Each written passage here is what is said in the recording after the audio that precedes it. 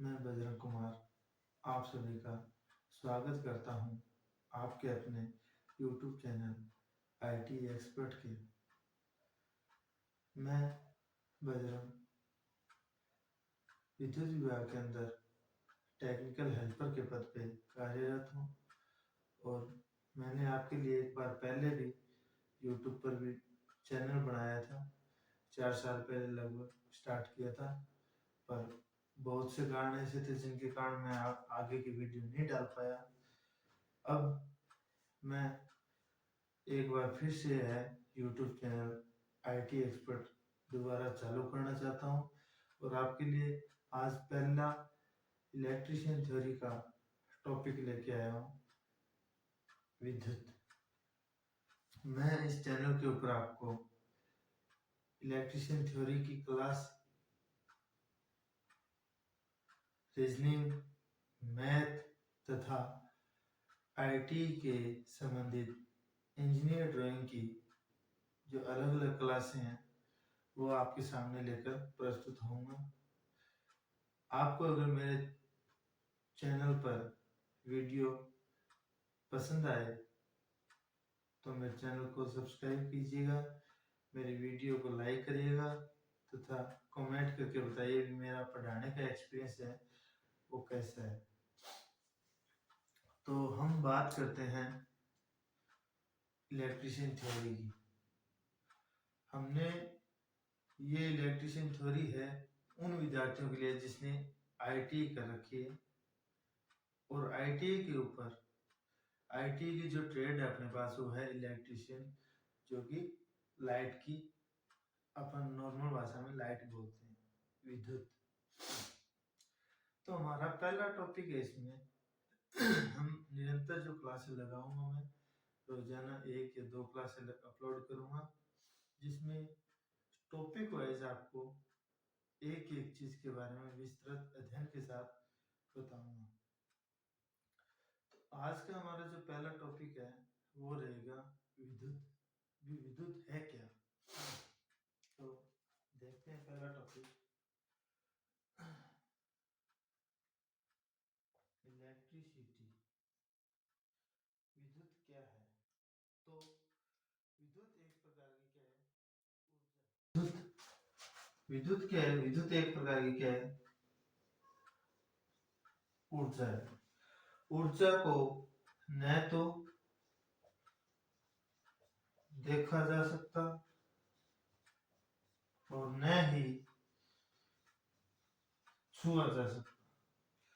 केवल ऊर्जा को एक रूप से दूसरे रूप में बदला जाता है। इसी के साथ में विद्युत जो ऊर्जा है उस पे एक नियम भी है जिसे हम बोलते हैं ऊर्जा संरक्षण का नियम। ऊर्जा संरक्षण के नियम के अनुसार हम पढ़े तो ऊर्जा को न तो उत्पन्न किया जा सकता और न ही नष्ट किया जा सकता। मतलब अपने पास देखो एक कमरा है, इस कमरे के अंदर मान लो कुछ ऊर्जा भरी हुई है। जैसे ऊर्जा का मात्रा क्या होता है, कोई भी ऊर्जा लो उसका मात्रा क्या होता है, जूल है। जैसे 100 जूल इसमें ऊर्जा भरी है, तो इस ऊर्जा को न ही तो हम नष्ट कर सकते हैं और न इसे उत्पन्न कर सकते हैं। केवल क्या कर सकते हैं, ऊर्जा को एक रूप से दूसरे रूप में बदल सकते हैं। बदलेंगे किस तरीके से? जैसे अपने पास विद्युतिक ऊर्जा है, ठीक है, उसको बदलना है प्रकाशीय ऊर्जा में। किसकी सहायता से बदलेंगे हम? विद्युतिक लैंप की सहायता से।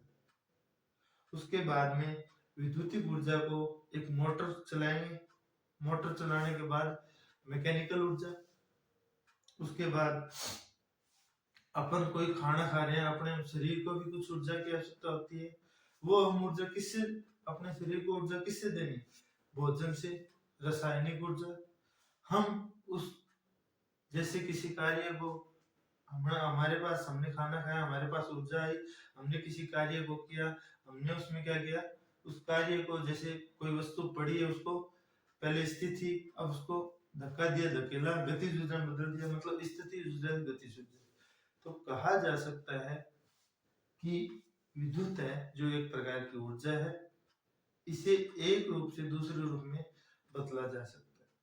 इसी के साथ ऊर्जा संरक्षण का नियम है, वो क्या कहता है, ऊर्जा को न तो उत्पन्न किया जा सकता और न ही नष्ट किया जा सकता, केवल एक रूप से दूसरे रूप में बदला जा सकता है। जैसे इसे और ज्यादा समझने के लिए आप क्या करोगे, जैसे अपने घरों के अंदर क्या आ रही है, विद्युतिक ऊर्जा।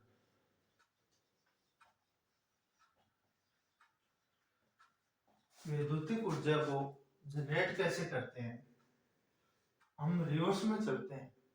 विद्युतिक ऊर्जा को इससे पहले कैसे जनरेट करेंगे, मैकेनिकल ऊर्जा के द्वारा हम क्या करेंगे, विद्युतिक ऊर्जा को उत्पन्न करेंगे। अब मैकेनिकल ऊर्जा कहां से लाएंगे, ये देखो, जैसे मैकेनिकल ऊर्जा मैंने अभी बताया था, हम किसी मोटर को चलाना, मोटर को चलाएंगे किससे, अपने पास कोई दूसरी मोटर है या कोई इंजन है, या आप सुना होगा विद्युत का जो थोड़ी बहुत आईटी आपने कर रखी है, आईटी पूरी, थोड़ा बहुत आपको इतना भी नॉलेज होगा भी, एक विद्युत जो बड़े बड़े टर्बाइनों को घुमाने के लिए भाप की आवश्यकता होती है, जिसे स्ट्रीम कहते हैं, या किसी झरने के द्वारा जो ब्लेडों पे पानी चलाया जाता है, तो उनको वाइंडिंग को मतलब प्लेटों को घुमाया जाता है, घुमाने के कारण अपने क्या मोटर का प्रचलन, मोटर चलाते हैं या अल्टरनेटर चलाते हैं, वहां से विद्युत ऊर्जा बदलते हैं। तो देखो इसी तरह एक और समझो, जैसे अपने पास क्या है,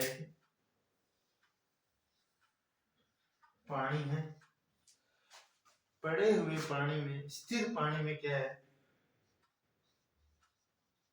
स्थितिक ऊर्जा है। इस पानी को गर्म करेंगे, चलो अपने पास क्या है, सूरज, सूरज के पास क्या है, उसमें ऊर्जा, उसमें ऊर्जा से पड़े हुए पानी है, पड़े हुए पानी में अंदर या स्थित पानी है, उसमें क्या स्थिति ऊर्जा, जैसे ही सूरज निकला उसमें ऊर्जा मिली पानी को, ये क्या हुआ, भाप में बना, भाप में बन के जैसे पानी की भाप बनी, ये क्या हुआ, क्या बन गए, बादल। पहले थी सूरज, सूरज में कौन सी ऊर्जा दी अपने को, उसमें ऊर्जा, उसके बाद पानी था, पानी पहले थी स्थितिज ऊर्जा, अब भाप बनी, भाप के द्वारा कौन सी ऊर्जा होगी, गतिज ऊर्जा। अब बादल बने, एक बादल है, बादल में स्थिति ऊर्जा, ये पानी से भरे हुए समझो, ये भी दूसरा बादल, ये भी स्थिति ऊर्जा है, दोनों में टकराव हुआ, क्या हुआ, घर्षण, घर्षण हुआ, वापिस क्या हुआ, क्या हुई, वर्षा, वर्षा के पानी में क्या कौन सी ऊर्जा हो गई, गतिज ऊर्जा। ठीक है, एक तालाब भर गया पानी से, तालाब के द्वारा जो बड़े बड़े टरबाइन है, टरबाइन को घुमाने के लिए इस पे क्या किया, पानी डाला, तालाब में पानी स्थिर था, स्थितिज ऊर्जा। अब पानी को तेज बहाव के साथ किस पे घुमाया, टरबाइन पे, टरबाइन को घुमाने किसकी क्यों घुमाया, विद्युत को उत्पन्न करने के लिए। जैसे जैसे बड़े बड़े थर्मल पावर प्लांट है, नदियों के आसपास में है या किसी तालाब के पास में है, ऊंचाई के ऊपर है, तो टरबाइन को घुमाने के लिए पानी के बहाव, तेज बहाव को टरबाइन के ऊपर गिराया जाता है, जिससे क्या है, जिससे मोटर या जो बड़े बड़े अल्टरनेटर वो क्या घूमते हैं और अपने को क्या करते हैं, विद्युत ऊर्जा प्रदान करते हैं। तो कुल मिला के बात है, जैसे हम यहाँ से क्या कर रहे हैं, जैसे सूरज ने उसमें ऊर्जा प्रदान की, उसमें पानी था, उसमें स्थितिज ऊर्जा थी, फिर गतिज ऊर्जा में बदला, फिर वापस स्थितिज ऊर्जा, फिर गतिज ऊर्जा, फिर यहाँ पे टरबाइन पे घुमाया, टरबाइन पे घुमाने की कौन सी बात हो जाए, मैकेनिकल ऊर्जा। और टरबाइन से क्या घुमाया, अल्टरनेटर, और अल्टरनेटर घुमाने के बाद अपने को कौन सी ऊर्जा मिली, वैद्युतिक ऊर्जा।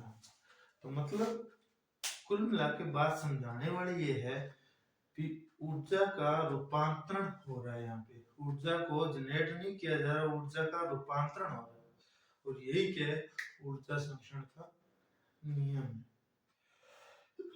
इससे आगे हम पढ़े तो अपन पढ़ेंगे इससे आगे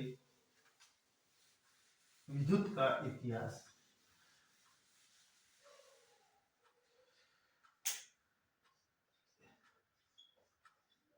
हिस्ट्री ऑफ